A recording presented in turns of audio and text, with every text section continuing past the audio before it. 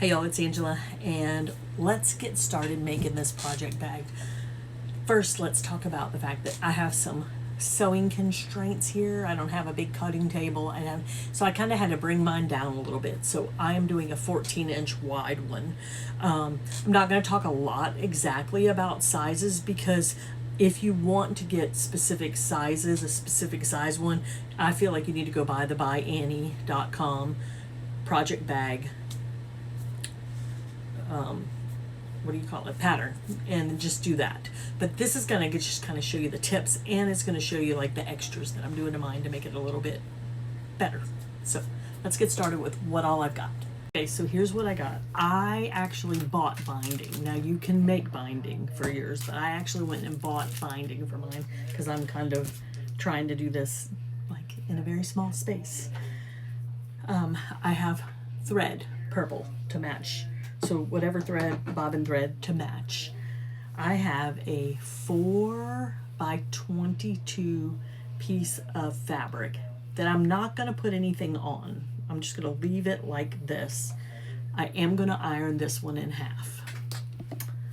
I have a 2 by about 10 and a half.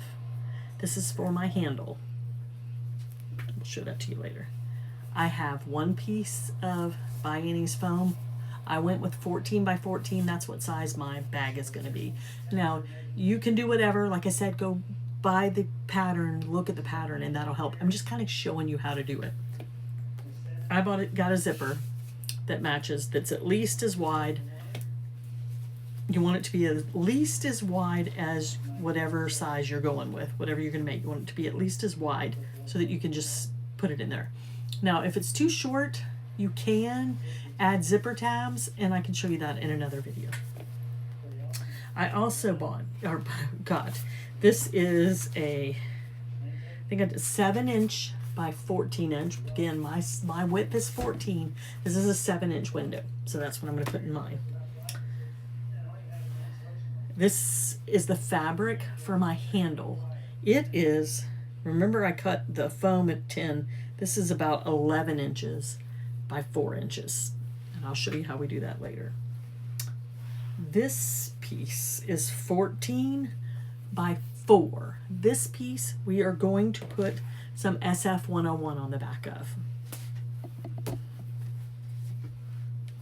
This piece is this piece is 14 by 3. Also going to get SF 101 on the back of it. This piece is 14 by, I think I went with 9, 14 by 9, and it's gonna have SF 101 on the back of it. I also have two 14 by 14 pieces. This is gonna be the back of my bag, and this is gonna be the inside the window of my bag. So that should be everything you need. Let's get started. Okay, the first thing I did was put the SF 101 on the back of my pieces that are going to be the front of my bag. So it's the 4 by the width of my bag, which was 14, and 3 by 14. Now remember, you could get bigger. You just have to have the 4 or 3 by whatever, 16, 18, 20, whatever. And then this one I think is 9 by 14. So now I'm going to trim these. I'm going to fold them in half and iron them. And on the 4-inch one, when I fold it in half and iron it, I'm also gonna fold in each of my sides about 1/4 inch and then fold it in half, if that makes sense. So it'll have no raw edges here and no raw edges here. I'll show you when I'm done. Okay, so this is what the 4-inch one looks like. It's folded in on each side, then folded in half. That's what that one looks like. The 3-inch one, we're not going to do that to. We're just folding it in half. I'll show you why in a little while. This 9-inch one will also just be, well, no. This one, we're going to have to do the same thing. We're going to have to fold it in half and fold and put the little edges on it. Okay. Okay, so same thing. This one is folded in half. It's got the little edges and it's folded in half like this. Okay, set those to the side for right now. What's next? Next, I'm going to take my two pieces, my front and my back, my ones that I cut 14 by 14, and I'm going to put the foam in the middle. I'm probably going to use some spray adhesive so that they're adhered real good. And then I'm going to do whatever it is that I want to do to quilt it. So you can do stripes, you can do diamonds, you can do whatever you want to quilt it. All right, so I just did stripes on mine. That's just what I'm going to do because I'm trying to get this done for y'all. Okay, let's see what's next. Next, I put my 2-inch piece of foam inside of my 4-inch handle, and I'm going to fold each side in, and then I'm going to fold them together like this, like a sandwich, and then I'm going to stitch about 3 or 4 times down it. I ended up doing 3, and note that there's like no foam in the end of each end. There's a reason for that. I'll show you in a little while. Now we're going to take our clear plastic piece, this piece, and we're going to barely stick it in here where it just kind of sits right on top of where that little seam that you did, and then fold it up like this, and then we're going to stitch down here. Now be careful when you are sewing the plastic. If it sticks to your machine, you can use use a piece of tissue paper or printer paper or something to keep it from sticking. You can always peel it off later. Okay, that's on there, and I used a zigzag across there. So now we're going to take the other piece, the 4-inch, the other one that has the folds, and we're going to do the same thing to the top of the vinyl. So it'll go here. And so now it should look something like this. You've got the same stuff on both sides, and your vinyl is in. So now we're going to take this, and we're going to sew it either way. I mean, whatever. I used the same color thread, so we're going to sew it to our zipper. We're going to use our zipper foot and sew it to our zipper. And we're also going to sew this side to our zipper. The folded side is going to be closest to the zipper. The side that's frayed is going to be away from the zipper. I'll show you when I get done. Okay, so now I've got the whole front sewn. You see my zipper, it's just sewn down. And behind here, it just looks like this. It's no big deal.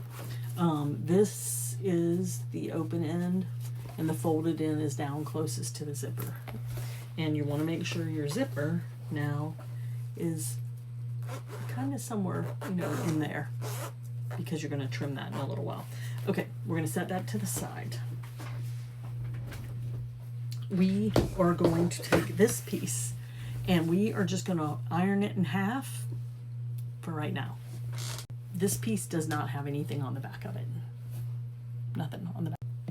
Okay, we're going to throw this piece out the window because I forgot to put it on when I should have. And I don't really want to take it apart. Do I want to take it apart? Okay, maybe I'll take it apart. All right, it was supposed to go right here. It was going to be a ruffle right across there. Let me just seam rip this, and I'll put it on there, and I'll show you how it's supposed to look. I tore it out, and I put the ruffle in. And I just feel like it looks better with the ruffle. So, all right, I'm excited about that. So now we're going to trim our everything the same size. That's our next step. Now I'm going to sew down either side just to tack it down, and then I can trim. After I do that, I can trim this part.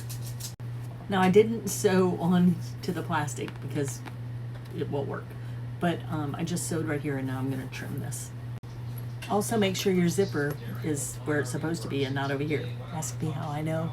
Next up, I'm going to place my handle in the center on the back like this, and it makes it easy to sew because we left that little bit of room. So we're going to just tack it down.